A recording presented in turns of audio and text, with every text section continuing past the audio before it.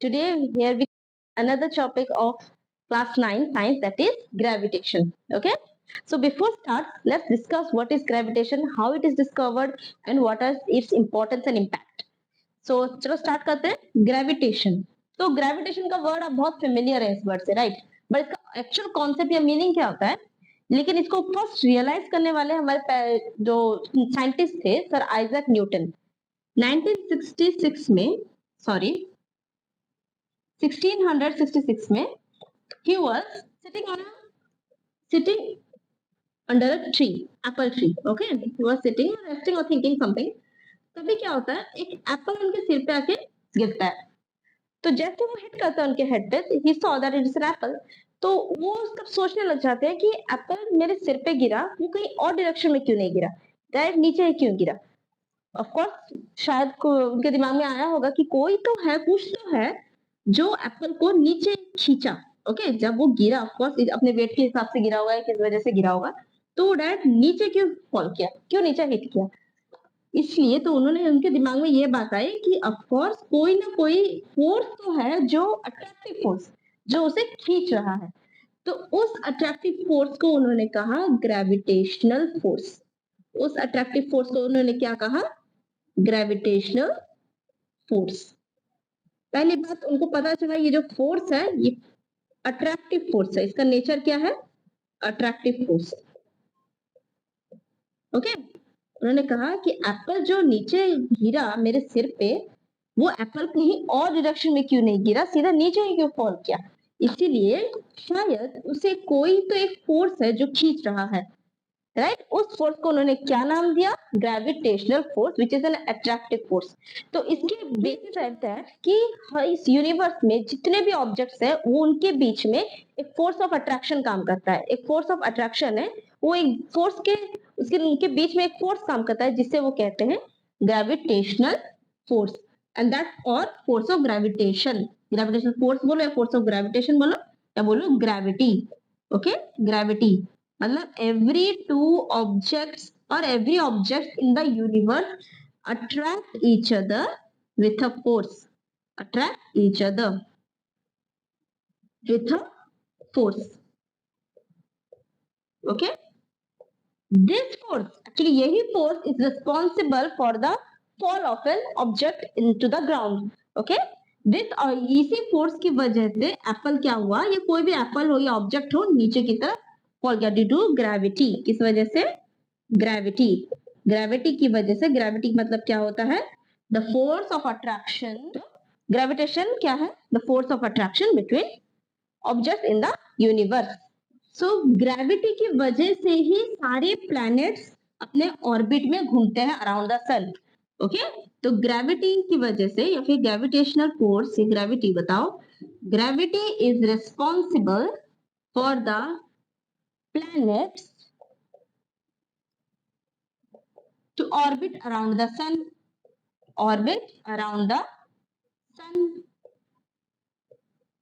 Okay, इसी वजह से ही जो बॉल नीचे गिरता है या फिर कोई ऑब्जेक्ट नीचे गिरता है, उसकी वजह से ही, ग्रेविटी की वजह से ही वो नीचे गिर रहा है. ठीक है, it is the force of attraction. तो इन्हीं सब चीजों को ध्यान में रखते हुए उन्होंने एक लॉ निकाला, यूनिवर्सल लॉ ऑफ अट्रैक्शन और द ग्रेविटेशनल लॉ. ओके, तो इसको हम लिख लेते हैं एक बार. तो न्यूटन हमें क्या लॉ देते हैं, that it's very very important और एग्जाम में ये डायरेक्ट पूछा जाता है कि state Newton's law of gravitation and also derive it. तो आप ये स्टेटमेंट, इट्स एन लॉ और स्टेटमेंट, इसको आप अच्छे से याद कर लीजिएगा. इट स्टेट्स दैट, ये बताता है, every object in the universe attracts every other object by a force. Her universe में हर ऑब्जेक्ट दूसरे ऑब्जेक्ट को अट्रैक्ट करता है with a force that is directly proportional to the product of their masses. Object, of course, उन object का कुछ masses होगा, product of their masses से directly proportional है, and inversely proportional to the square of the distance between them. और उनके बीच में जितना distance है उसके स्क्वायर पे इनवर्सली डिपेंड करता है. ठीक है, मान लीजिए एक ऑब्जेक्ट है जिसका मास है कैपिटल एम, एक बड़ा ऑब्जेक्ट है, और एक और ऑब्जेक्ट है जिसका मास है स्मॉल एम मान लो, या फिर m1 m2 भी आप ले सकते हैं. इनके बीच का डिस्टेंस है r. फाइन. तो ये जो फोर्स, ग्रेविटेशनल फोर्स बोल रहा है ना, एफ जी मैंने शॉर्ट में लिखा है, is directly proportional to the product of their masses m into small m. Okay, capital M into small m, and inversely proportional to square of the distance.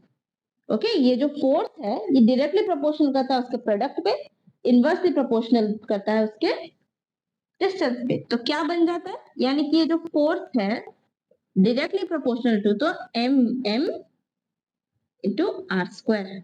Of course ये proportionality sign हटेगा तो एक constant लगेगा, वो constant है जी bye R square. इसको मैं एक बार अच्छे से आपको लिख देती हूँ, समझ आ गया आपको कि ये जो फोर्स ऑफ ग्रेविटेशन है, पहले आपकी स्टेटमेंट अच्छे से समझ जाइए कि दो ऑब्जेक्ट के बीच में हमेशा एक अट्रैक्टिव फोर्स काम करता है, और वो जो फोर्स है वो उसके मासेस के प्रोडक्ट पे डिपेंड करता है डायरेक्टली, एंड इनवर्सली डिपेंड करता है किस पे, उसका स्क्वायर ऑफ द डिस्टेंस पे. So Newton law of gravitation क्या कहता है, let there be two objects of mass capital M and small m. ठीक है, the distance between two objects is r. Sorry, the distance between the objects is r. Okay, so according to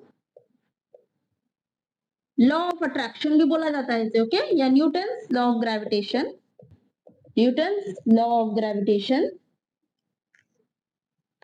of course इसके बीच में एक attractive force काम कर रहा होगा. The force of gravitation, the force of attraction भी बोलो या फिर the force of gravitation is कैसे कि बताया गया है, ये जो फोर्स है directly proportional to the product of their masses. Okay, suppose इस बॉडी का कैपिटल M और स्मॉल बॉडी का स्मॉल m है, तो product of their masses and inversely proportional to square of the distance. So combining this two equations हमें क्या मिलता है, F is directly proportional to mm by r square. Okay, so अगर हम ये प्रोपोर्शनलिटी साइन हटाएंगे तो हमको मिलेगा एक ग्रेविटेशनल कांस्टेंट, उसे क्या बोलते हैं, g. प्रोपोर्शनलिटी साइन हटाने पे क्या मिलता है, ग्रेविटेशनल कांस्टेंट. इसे बोलते हैं g, को क्या बोला जाता है, gravitational constant. Okay, this is very very important. g को बोला जाता है, please right it down, gravitational constant, जिसका एक वैल्यू है, ओके, इसका वैल्यू है 6.674 into 10 to the power minus 11. Of course हम इसका यूनिट निकालेंगे, that is newton metre square per kg square. Okay, इसे फाइंड किया था हेनरी कैवेंडिश ने. हेनरी कैवेंडिश ये भी एक साइंटिस्ट है जिन्होंने इसका वैल्यू प्रूफ किया था, that is equals to 6.674 into 10 to the power minus 11 newton metre square और केजी स्क्वायर. क्लियर? तो this is the Newton's law of gravitation, very very important, and of course exam में straight question आ जाता है. अच्छा, तो आप समझ ही गए होंगे. तो जी का यूनिट हमने कैसे निकाला, ये फोर्स है तो ऑब्वियसली इसका यूनिट न्यूटन पे ही आएगा. We know that force of gravitation is G, that is the gravitational constant product of the masses by R square. तो जी का यूनिट कैसे निकलेगा, जी इज, ऑफ कोर्स इस तरफ हम ले जाएं तो है, यूनिट ऑफ जी क्या होगा, ये न्यूटन में है फोर्स का, और डिस्टेंस को हम मीटर स्क्वायर में रखेंगे, मीटर में, दैट इज मीटर स्क्वायर है क्योंकि आर स्क्वायर है, by kg square. Kg mass, kg और kg, that is G equals to newton metre square kg inverse square. Fine, और इसका वैल्यू है, जी का वैल्यू आता है 6.674 लिख सकते हो या फिर 67 तक ही लिख सकते हो, and newton metre square kg inverse square. Okay, this is the universal law of gravitation, और जी का value, G is known as the gravitational constant. G को क्या बोलते हैं, ग्रेविटेशनल कांस्टेंट. इसी फोर्स की वजह से सारे ऑब्जेक्ट्स जो है वो अर्थ की तरफ खींचते हैं. तो क्या मतलब अर्थ हमें तरफ फोर्स नहीं खींच रहा है, यस अर्थ भी हमारी तरफ फोर्स खींच रहा है, बट क्योंकि वो फोर्स हम उसकी तरफ इसलिए खींचे जाते हैं कि हमारा मास कम है, अर्थ का मास बहुत ज्यादा है, इसीलिए वो फोर्स हमें फील नहीं हो रहा है। मतलब अर्थ की तरफ से जो फोर्स आ रहा है वो पता नहीं चला, पर हम because our mass is less हम उसकी तरफ अट्रैक्ट होते जाते हैं। इसके बारे में हम अलग क्लासेस में डिस्कस करेंगे। So this is the basic concept of gravitation, that is it is a force of attraction between any two objects in the universe. इसी फोर्स की वजह से सारे प्लैनेट्स अर्थ की चारों तरफ, सन की चारों तरफ घूम रहे हैं, मून अर्थ की चारों तरफ घूम रहा है। हम कोई भी ऑब्जेक्ट फेंकते हैं तो अर्थ की तरफ अट्रैक्ट करता है due to gravitational force of attraction. Okay, so that's all for today. Next video में हम फ्री फॉल के बारे में जानेंगे। So for any comments and queries please put in the comment box and don't forget to subscribe our channel.